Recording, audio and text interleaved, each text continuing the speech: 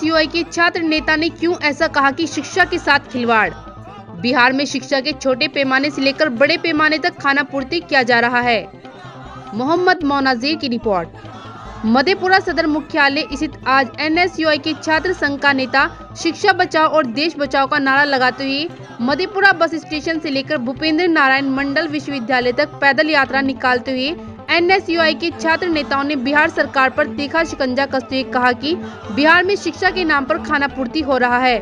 छात्र एवं छात्राएं के साथ शिक्षा के नाम पर खिलवाड़ हो रहा है। ये सरकार शिक्षा के नाम पर छात्र एवं छात्राएं के भविष्य को अंधेरे की ओर ले जा रही है। एनएसयूआई के सैकड़ों कार्यकर्ताओं ने जिला अध्यक्ष निशांत यादव के नेतृत्व में मधेपुरा बस स्टैंड से बीएनएमयू परिसर तक पैदल मार्च कर सरकार के छात्र और युवा विरोधी के नेताओं की नीतियों के खिलाफ प्रदर्शन किया। आगे देखिए इस खास वीडियो में क्या कुछ कह रहे हैं एनएसयूआई के छात्र संघ नेता। यात्रा निकला हुआ है शिक्षा बचाओ, इसके लिए क्या कहना चाहिए? देखिए, जो सरकार जिस तरह से शिक्षा को तमाम सार्वजनिक कंपनियों को बेच रही है, उसके खिलाफ में एनएसयूआई ने एक अभियान शुरू किया है, देश बचाओ शिक्षा बचाओ। और यह अभियान जो है एक आंदोलन का रूप ले लिया है। आज छात्र युवा पूरे तरह से सरकार की नीतियों से काफ़ी आक्रोशित है और जो छात्र हैं, जो युवा है, वो काफ़ी असमंजस में है कि जो सरकार जो नीतियां बना रही है उससे हमारा क्या होगा, हमारे भविष्य का क्या होगा, इस देश का क्या होगा। आज यही जो अभियान है यह इनकलाब हो चुका है, यह देश के करोड़ों छात्रों और युवाओं की आवाज़ हो चुका है और इसमें छात्र जो युवा है वो एकजुट होकर के सरकार के खिलाफ यह नारा लगा रहा है कि सरकार जो निजीकरण ला रही है, सरकार जो शिक्षा को बाजारू चीज़ बना दिया है कि जिनके पास पैसा होगा उनके पास शिक्षा होगा, जिनके पास पैसा नहीं होगा उनके पास जो शिक्षा नहीं होगा। और जिस प्रकार से तमाम तरह के ज्वाइनिंगों में देरी कर रही है, परीक्षाओं में जो प्रतियोगी परीक्षा है, अब तक सिविल सेवा की परीक्षा भी पूरे तरह से पाक साफ नहीं रहा, उसमें भी घोटाला होता है, पेपर लीक होता है।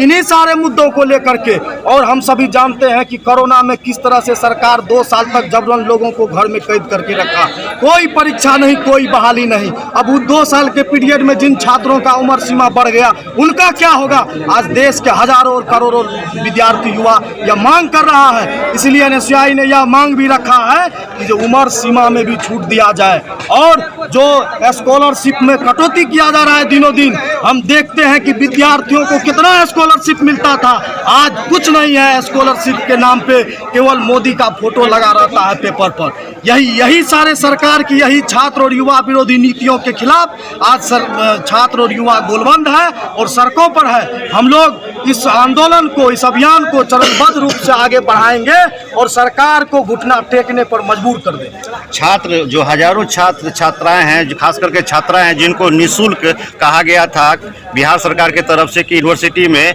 उनको मुफ्त शिक्षा दिया जाएगा, उनसे कोई फीस नहीं लिया जाएगा, लेकिन फिर भी प्राइवेट कॉलेज की तरफ से उनसे फीस लिया जा रहा है, उनके बारे में क्या कहेंगे? यह सरकार की मनमानी है, जो नीतीश कुमार है। हमने पहले भी कहा है कि यह सेटिंग गेटिंग करके केवल कुर्सी पर बना रहना चाहता है।